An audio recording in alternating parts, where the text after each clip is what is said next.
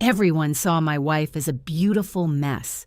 But one night, a whispered conversation revealed a devastating secret that threatened to destroy our future. The wine glass shattered the silence before it shattered on the floor. One moment, my wife Anna was laughing, her whole body shaking with amusement at one of my dad's terrible jokes. The next, her elbow had connected with the stem of her Chardonnay, sending it arcing through the air in a perfect, glittering parabola. It landed with a crash that made the entire restaurant turn to look at our table. A crimson stain, looking shockingly like blood, began to spread across the pristine white tablecloth. My mother's smile became a thin, tight line. My father cleared his throat and tried to pretend nothing had happened. And my sister, Chloe, sitting directly across from me, just closed her eyes for a brief second. It was a look of pure, unadulterated suffering, as if Anna hadn't just spilled some wine, but had personally insulted every one of her ancestors. "Oh my gosh, I am so sorry," Anna stammered, her face flushing a shade that almost matched the wine. She was already on her knees, dabbing at the spill with her napkin, which was, of course, making it worse. A waiter rushed over with a look of practiced patience, assuring her it was fine, but the damage was done. The quiet judgment from my family was a tangible thing, a heavy blanket that smothered the rest of the anniversary dinner. This was Anna, my brilliant, kind, chaotic Anna. She was an artist, and she lived her life like one of her canvases, full of vibrant color, bold strokes, and the occasional, beautiful mess. She'd show up to a black tie event with a smear of cerulean blue paint behind her ear. She'd get so lost in a story that she'd forget to eat. She saw beauty in things no one else did. The rust patterns on an old fire escape, the way light filtered through a dusty window. I didn't just love her for it, I adored her for it. My family, however, saw it differently. To them, she wasn't an artist. She was just a mess. Later, as we waited for the valet outside the restaurant, the cold night air felt like a relief. Anna had gone to the restroom, and Chloe seized the opportunity. She moved to stand beside me, pulling her perfect cashmere wrap tighter around her shoulders. "I just don't get it, Mark," she said, her voice low and sharp. "It's Mom and Dad's 40th anniversary. Couldn't she have tried, just for one night, to be normal?" I bristled. "She was being herself, Chloe. She knocked over a glass of wine. It's not a federal crime." "It's never just one thing, is it?" she shot back, her eyes flashing. "It's the paint-splattered dress she insisted was cooter, the story she told about dumpster diving for art supplies, the wine glass. Your wife is such a mess. It's embarrassing to be seen with her." Every word was a perfectly aimed dart. I'd heard versions of this speech for the 5 years Anna and I had been together. Usually I could deflect it with a joke or a change of subject, but tonight I was done. "You know what's embarrassing, Chloe?" I said, turning to face her fully. "It's that you can't see past a perfectly tailored suit or a brand-name handbag. You don't see the woman who volunteers at the animal shelter every single weekend. You don't see the person who sat with me for 72 straight hours in the hospital when Dad had his scare last year. You just see someone who doesn't fit into your neat little box." Chloe just shook her head, a pitying look on her face that I hated more than her anger. "You're so naive. You think her spirit and creativity are enough to build a life on. You have no idea what you've gotten yourself into." She paused, looking over my shoulder as if to make sure Anna wasn't coming back yet. Then she leaned in closer, her voice dropping to a conspiratorial whisper.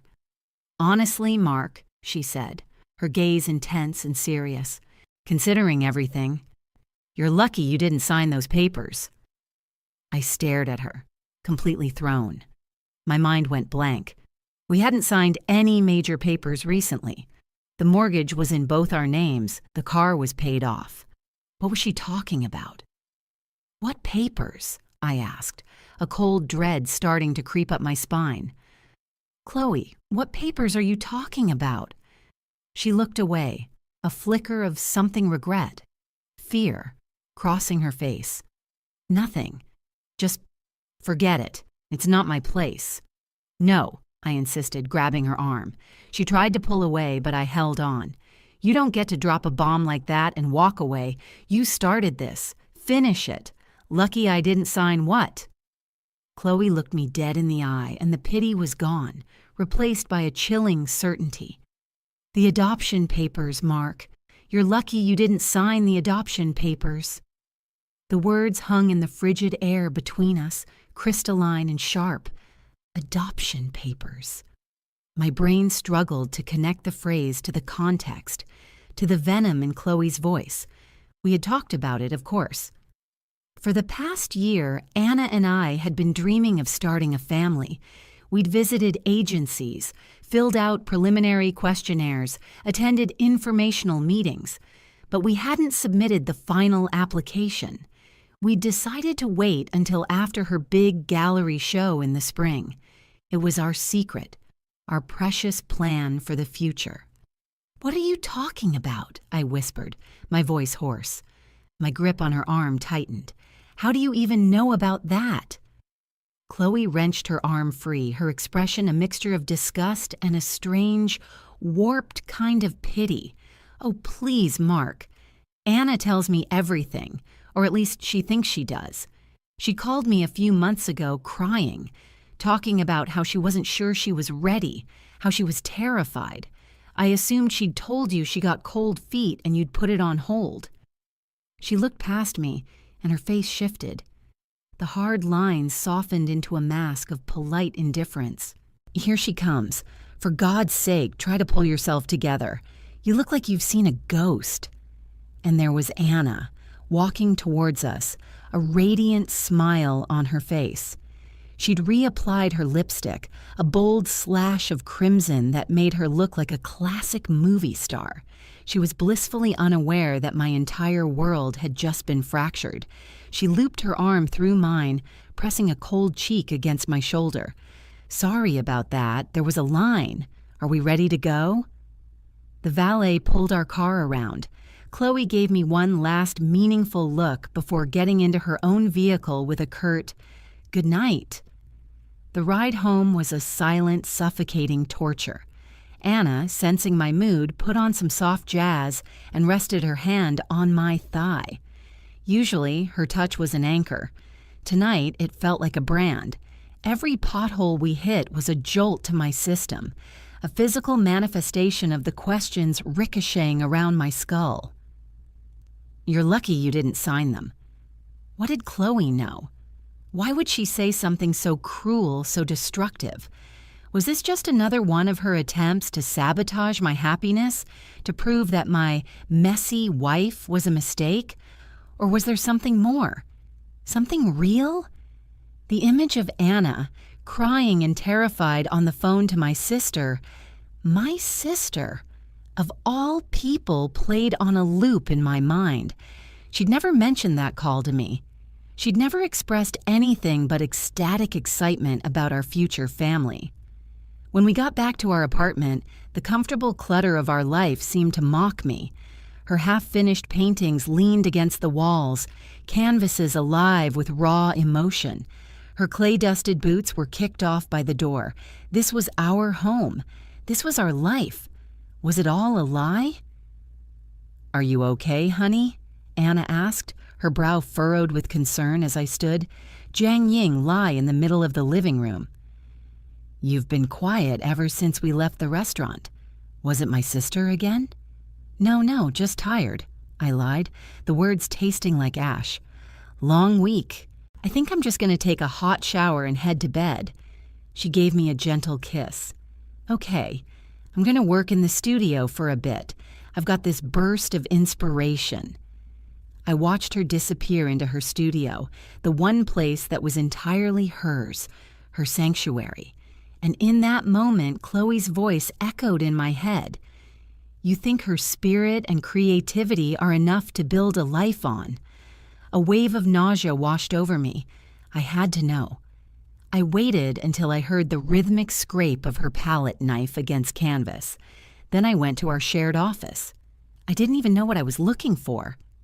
I opened the filing cabinet where we kept our important documents: mortgage, car title, insurance policies.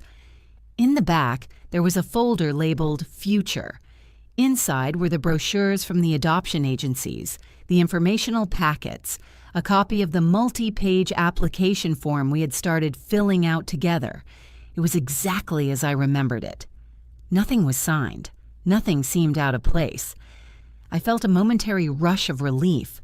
Chloe was just being Chloe malicious, manipulative.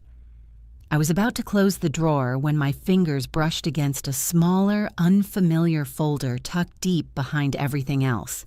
It was plain manila, with no label.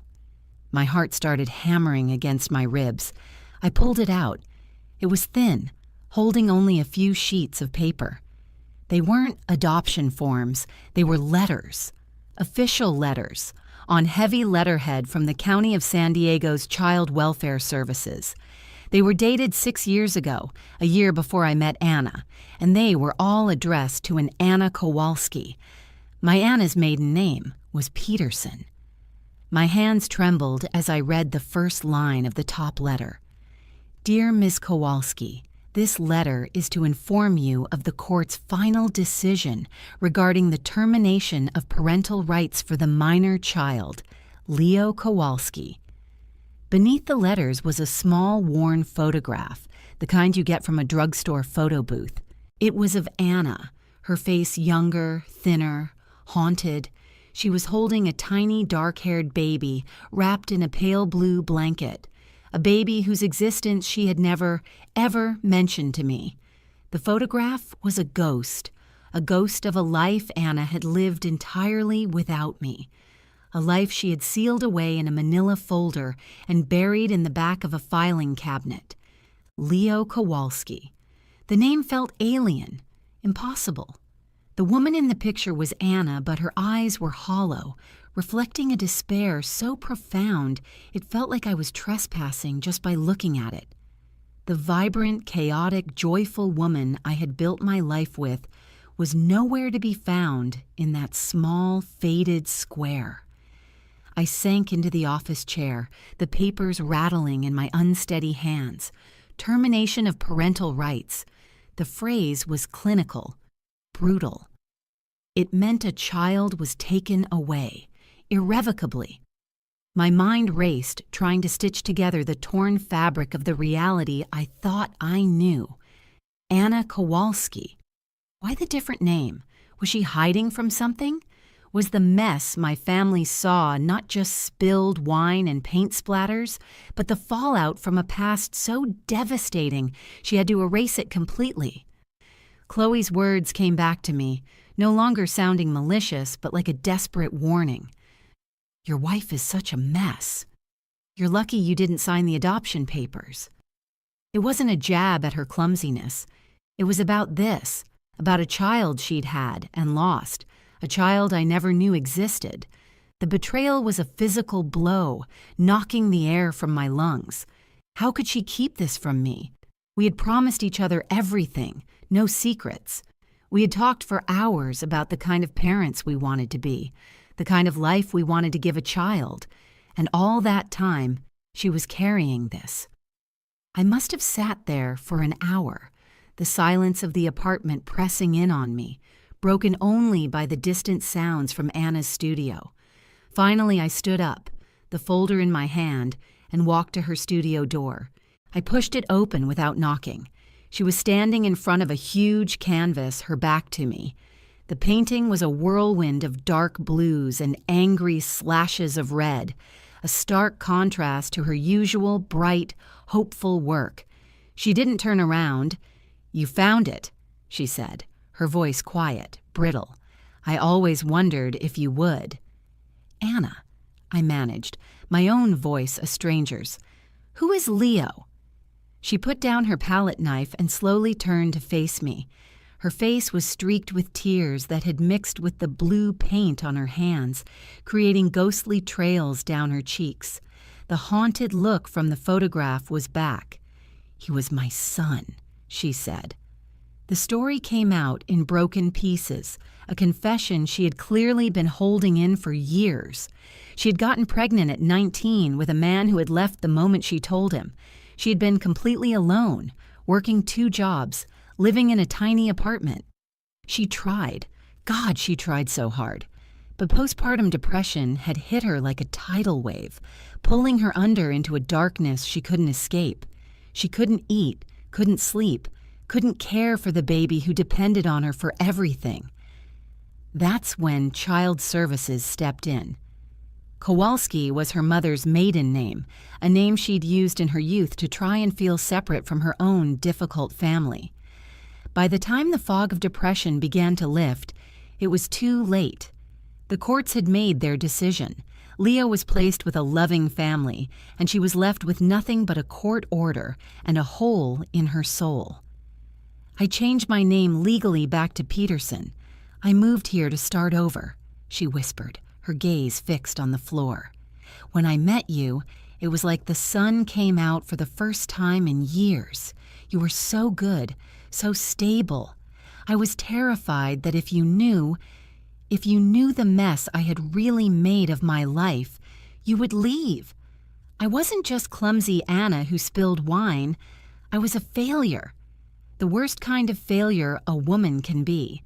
Her fear about our own adoption plans suddenly made a gut-wrenching kind of sense. It wasn't cold feet. It was terror. The terror of failing again, of proving the courts and herself right. Why Chloe? I asked, the last piece of the puzzle. Why did you tell her and not me? Because she's a mother, Anna said, finally looking at me, her eyes pleading for understanding. I was having a panic attack one day thinking about the home study, about them digging into my past. I called her, desperate. I just needed to ask another mom if I was a monster. I never told her the details, just that I was scared. I didn't know she would ever use it against me, against us. I looked from her tear-stained face to the painting behind her, a maelstrom of pain and color. This was her truth. All the chaos, all the mess. It wasn't just a personality quirk. It was the outward expression of a life that had been shattered and painstakingly glued back together. I had fallen in love with the beautiful mosaic, never even thinking to ask about the cracks. I closed the distance between us and wrapped my arms around her. She collapsed against me, her body racked with sobs she had held back for 6 long years. I wasn't angry anymore. All I felt was a profound, aching love for this woman, this survivor. You are not a failure, I said, holding her tight. You were a kid, alone and sick, and the system failed you. You're the strongest person I know. We stood there for a long time in the middle of her beautiful, messy studio. The life I thought I had was gone, replaced by one far more complex, more painful, but infinitely more real. Chloe had meant for her words to be a bomb to destroy us, but she'd failed. All she had done was detonate a secret that, once cleared, left nothing behind but the truth. And the truth was, Anna wasn't a mess to be embarrassed by. She was a masterpiece forged in fire. And our future, whether it included a child or not, was something we would build together, out of all the broken, beautiful pieces.